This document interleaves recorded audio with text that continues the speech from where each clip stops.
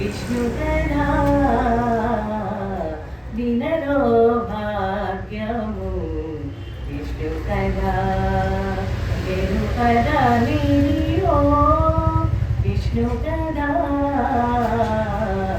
వినరో భాగ్యము విష్ణుకరా గొల్లెకలు చల్లలు కొనా కొని గొల్లెకలు చల్లలు కొనా కొని చిరుగగా వెన్నవిరియాయే విష్ణుకథా ఇల్లిదే శ్రీ వెంకటేశ్వరు నామము ఇల్లిదే శ్రీ వెంకటేశ్వరు నామము వెళ్ళి గోలి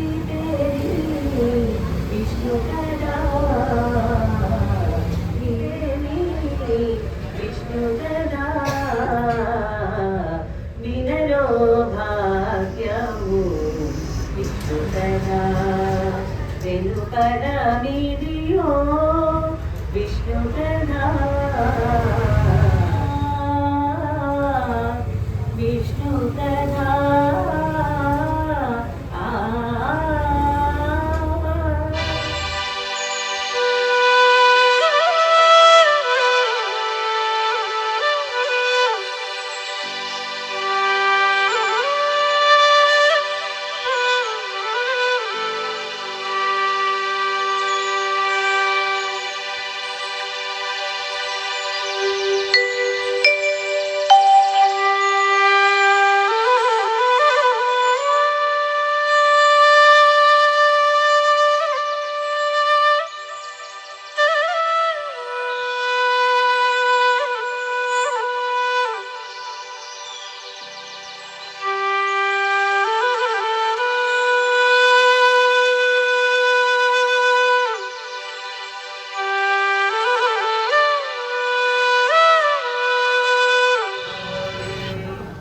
என்னாளுடைய சிவனே போற்றி எந்நாட்டவர்க்கும் இறைவா போற்றி காவாய் கனகதிரளே போற்றி கைலிமலையாரை போற்றி போற்றி ஆரோர மண்டலத்தை போற்றி சீரார் போற்றி போற்றி வெற்றிவேல் முருகனுக்கு வீரவேல் முருகனுக்கு ஞானவேல் முருகனுக்கு அந்தவேல் முருகனுக்கு திருத்தந்தூர் செந்திலாண்டவனுக்கு सतमेजमदाध्याहम् ॐ विद्याय नमः ॐ सर्वभूतहरिप्रदाय नमः ॐ शरद्याय नमः ॐ विबुद्धे नमः ॐ सुरभ्ये नमः ॐ सिद्धे नमः ॐ सिद्धे नमः ॐ दीर्घाय नमः ॐ अदिदाय नमः ॐ अदिदारण्ये नमः ॐ कमलाय नमः ॐ खासाय नमः ॐ कामाक्षे नमः ॐ त्रिलोकसम्भवाय नमः ॐ अनुग्रहप्रदाय नमः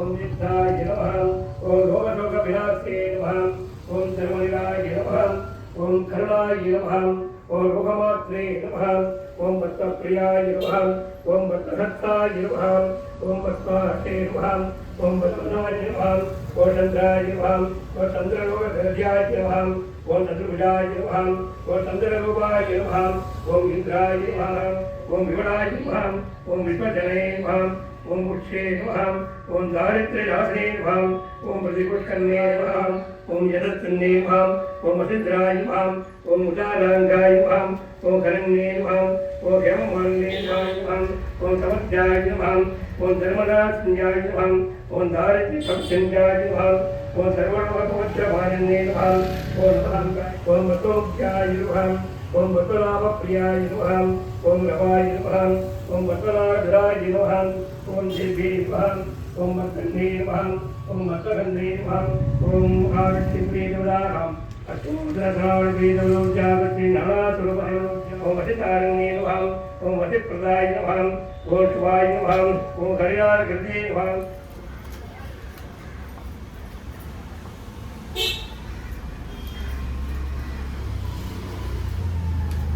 ओम सत्यनारायण प्रियदेवताध्यागच्छध्यात्मने प्रियदेवताध्यागच्छेमहम् ओम सत्यात्मने प्रियजं जगद्भक्ताय प्रियदेवताध्यागच्छे नारायण पुरुषत्वाध्यागच्छेमहम् ओम सत्यनारायण प्रीतिवदुर्जागति नागाय भाग्यने प्रीतिवदुर्जागति योगाय प्रतिभाजागति नमः ओम सत्यनारायण प्रीतिजागति ईश्वरध्वाजागति कर्मणि सर्वजागति नमः ओम सत्यनारायण प्रीतिवदुर्जागति बुधत्वजागति पवित्राय प्रीतिवत्ते नमः ओम सत्यनारायण प्रीतिवदुर्जागति वीराय बुधत्वभाजागति नमः ओम सत्यनारायण प्रीतिवदुत्मानं प्रकटाचरीतिवत्ताजागति नमः आत्मस्वरूपं प्रकृतिविद्यादिवदुर्जागति नमः ओम सत्यनारायण प्रीतिवदुर्जागति बुधत्वभाजागति पूर्णाय प्रीतिवत्ते नमः ओम सत्यनारायण प्रीतिवदुर्जागति ज्येष्ठस्वरूपकृतभाजागति ज्येष्ठाय प्रीतिवत्ते नमः ओम सत्यनारायण प्रीतिवदुर्जागति ज्येष्ठग्रहं प्रतिविधियोगति विक्रमे ओम सत्यनारायण प्रीतिवत्ते वासवी मुखे उत्सवाय प्रीतिवत्ते नमः ओम सत्यनारायण प्रीतिवदुर्जागति सदात्मने भूकरे सुदेशभाजागति नमः ओम सत्यनारायण प्रीतिवदुर्जागति गुरुशायन प्रतियोगति युवाय प्रीतिवत्ते नमः ओम सत्यनारायण प्रीतिवदुर्जागति नंदनाय प्रीतिवत्ते नागराज प्रतियोगजागति नमः ओम सत्यनारायण प्रीतिवत्ते साधने प्रीतिवत्ते समृद्धवाजागति प्रदायागति सन्मुखाजागति नमः ओम सत्यनारायण प्रीतिवदुर्जागति शिखरभाजागति भागायागति नमः ओम सत्यनारायण प्रीतिवदुर्जागति विजयाय प्रीतिवत्ते कालाय नारकाय भक्ताय मुखाय प्रीतिवत्ते नमः ओम सत्यनारायण प्रीतिवदुर्जागति दृढ़ाय प्रीतिवत्ते रदाय गोवण्य प्रीतिवत्ते नमः ओम सत्यनारायण प्रीतिवदुर्जागति यतसदवाजागति युगाय नमः ओम सत्यनारायण प्रीतिवदुर्जागति आत्मस्वरूपं प्रीतिवदुर्जागति वेदग्रन्थवाजागति नमः ओम सत्यनारायण சாரண்யம் என்ற புண்ணிய பூமியில் முன்னொரு சமயம் மகிழ்ச்சி கடலில் மூழ்கி பக்த கடலில் குளித்து ஞான கடலில் தலைக்கொண்டு சேர்ந்த சௌராதி வீரர்கள் சூழலை பெற்று ஏன் ஈஸ்வரே எங்கள் விருப்பப்படி தாங்கள் கூறிய பகவானின் அவதார மெருமைகளையும் அதன் பயனையும் கேட்டு எங்கள் மனம் மகிழ்ச்சி வந்தது. மேலும் இந்த பூலோகத்தில் பிறந்த மனிதர்கள் பகவானின் கருணையை பெற்று சகல ஐஸ்வர்யங்களையும் அடைந்து தன் மனைவி மக்களோடும் பந்துக்களோடும் சேர்ந்து வாழ்ந்து முடிவில் அவன் பாதம் அடைய விரும்புவார்களானால் அவர்கள் அனுஷ்டிக்க வேண்டிய விரதம் எது? நம் புராணங்கள் போன்றத்தில் அத்தகைய விரதம் ஏதாவது சொல்லப்பட்டு இருக்கிறதா? அங்கனம் இருப்பின் தங்கள் அமுதரும் மொழியால் எம்போன்ற அறிவர்களுக்கு எடுத்துரைத்தீர்களாக என்று கேட்டுக்கொண்டனர். சூதரும் அவர்கள் வேண்டுகோளை ஏற்று தங்கள் மேன்மையான இந்த கேள்விக்கு பதிலளிக்க கையப்பட்டிருக்கிறேன் என்று கூறி முன்னொரு சமயம் நாரத மகரிஷி பகவான் ஸ்ரீமன் நாராயணன் நீலமேக வண்ணா சதுர பூஜங்களுக்கும் சங்கு சக்கரம் கதா பத்மம் தரித்தவனே மார்பில் வனமாலை தவணம் அழகா துறையத்தில் லட்சுமியை கொண்டவனே நான் என் சஞ்சாரத்தின் நடுவே ஒரு நாள் பூலோகம் சென்றிருந்தேன்.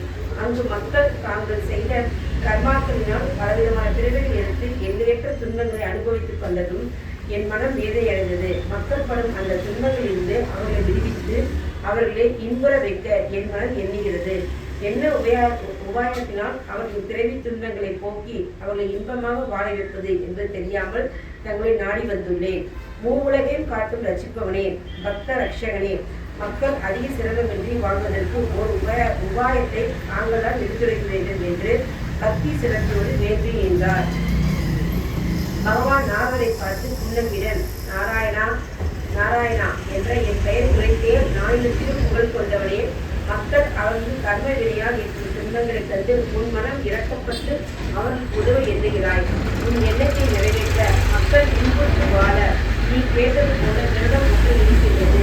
அந்த விரதத்தின் பெயர்தான் ஸ்ரீ சத்யநாராயண விரதம். எவ்வளவர் இந்த விரதத்தை பக்தியோடும் சிரத்தையோடும் மேற்கொண்டு வழிபடுகின்றானோ அவன் என் அருளால் வாழ்வில் சகல ஐஸ்வர்யங்களை பெற்று தன் குடும்பத்தோடும் பந்து மித்திரர்களோடும் வாழ்ந்து கடைசியில் மோட்சம் எனும் சாம்ராஜ்யத்தை அடைவு சின்னம் என்றார். முன்னொரு காலத்தில் ஏழை அந்தணன் ஒருவன் பிச்சை எடுத்து வாழ்ந்து வந்தான்.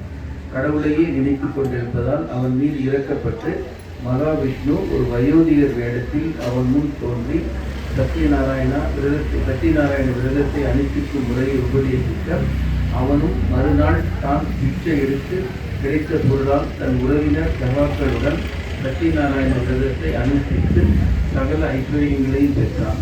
அவ்வாறு அந்தணன் சத்யநாராயண விரதத்தை அனுஷ்டிப்பது கண்ட ஒரு விறகு வெட்டி அந்தனிடமிருந்து அந்த சத்யநாராயண விரதத்தை அனுஷ்டிக்கும் முறையை அறிந்து அவனும் அனுஷ்டித்து புத்திர பௌத்திர ஆதிகளை பெற்று இறுதியில் மோட்சமடைந்தான். இன்னொரு காலத்தில் பகவானிடம் மிக்க பக்தி உள்ளவனாகவும் பிறருக்கு அறம் செய்யும் வாழ்வதில் மகிழ்ச்சியும் கொண்டு நாற்புறமும் புகழ்பெற்று விளங்கிய சத்திய வாக்கு உடையவனான உல்காமுகன் எனும் அரசன் ஒருவன் இருந்தான். அவன் தினமும் பகவானின் ஆலயத்திற்கு சென்று அவனை தரிசித்து அங்குள்ள பிராமணர்களுக்கு தானம் செய்து அவர்களை மகிழ்விப்பான். அவன் ஒரு நாள் பத்ரசீலா நதிக்கரையோரம் தன் ரூபவதியான பத்தினியுடன் உறவினர்களோடு கூடி சத்யநாராயண விரதத்தை அனுஷ்டிக் கொண்டிருந்தார்.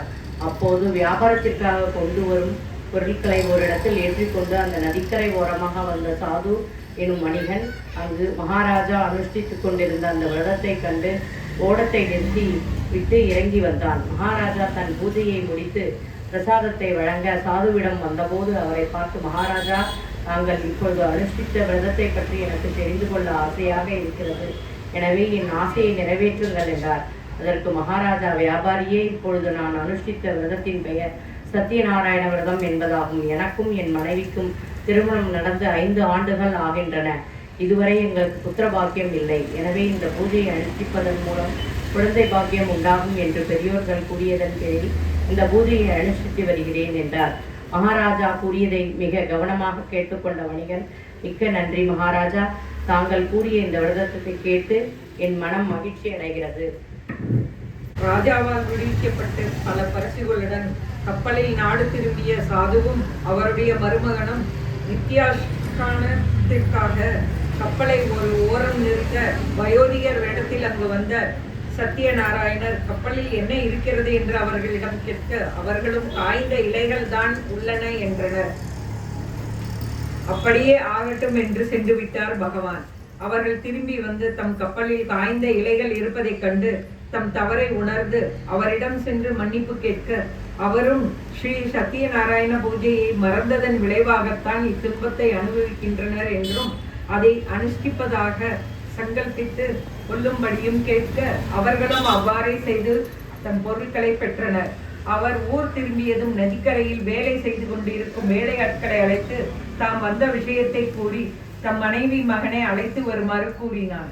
வேலையால் சென்று கூறும்போது சத்யநாராயண விரதம் செய்து கொண்டிருக்கும் லீலாவதியும் கலாவதியும் பூஜை முடித்து வருவதாக கூறினர். பூஜை முடிந்ததும் தன் கணவனை காணும் அவசரத்தில் கலாவதி பிரசாதம் உண்ண மறந்தாள். அவள் நதிக்கரையை அடைந்ததும் அவளுடைய கணவர் கப்பலுடன் காணாமல் போனார். இதை அறிந்ததும் மூர்ச்சை அடைந்து மகளை கண்டு பகவானை வேண்ட சத்யநாராயணர், உன் மகள் என் பிரசாதத்தை உண்ண மறந்ததால் தான் இந்த நிலை என்றார். அவளும் வீட்டிற்கு சென்று பிரசாதம் உண்டு திரும்ப தன் கணவனை கப்பலுடன் கண்டாள். அந்த மகிழ்ச்சியில் சாதுவும் அங்கேயே தன் பந்துக்களுடன் கூடி சத்யநாராயண விரதத்தை மேற்கொண்டு வீடு திரும்பினான். அன்றிலிருந்து அவர்களின் வாழ்க்கையில் ஆனந்தமே ஆனந்தம். அவர்களும் ஒவ்வொரு பௌர்ணமி என்றும் சத்யநாராயண விரதத்தை மேற்கொண்டு இறுதியில் முக்தி அடைந்தனர். துர்கத்வஜன் என்னும் அரசன் வேட்டையாடி திரும்பும் வழியில் அங்கு சத்யநாராயண பூஜை நடந்ததும் சில இளையர்கள் பூஜையை முடித்துவிட்டு பிரசாதத்தை ராஜாவிற்கும் அளிக்க அதை உண்ணாமல் நாடு திரும்பினான். சத்யநாராயணர் நாடு திரும்பியதும் அவரின் மனைவி மக்கள் காணாமல் போனது போல தோன்ற செய்தார். ஆகவே சபத்தை உணர்ந்த அரசன் காட்டுக்கு சென்று இளையர்களுடன் கூடி சத்யநாராயணர் மேற்கொண்டு திரும்பியதும் தன் மனைவி மக்கள் தன்னை வரவேற்பதைக் கண்டு மகிழ்ச்சி அடைந்தான். नारायण प्रिय देवदूजागते जम्बूतराग्रजेन मध्ये देवदूजागतेवं सदन्ते देवदूजाहं मङ्गलरूपोत्मानं ब्रह्मविद्यास्कृष्टेवं आत्मानं ब्रह्मणीध्याहं वत्सविद्यागतेवं रथोद्वद्देवं रथवत्तादिविरगुष्टेवं सकतलाग्रवीयुगुष्टे सकत्रवदे सकत्रवाणागृहाणं ब्रह्मेवं दृष्टे देवदूजाहं लक्ष्मी नारायण प्रिय देवदूजागते महालक्ष्मी प्रिय स्वरूपगर्विरुगुष्टेवं तुलसी देवकं प्रति गणदागदेवीरुगुष्टपद्दाग्रवीरुगुष्टे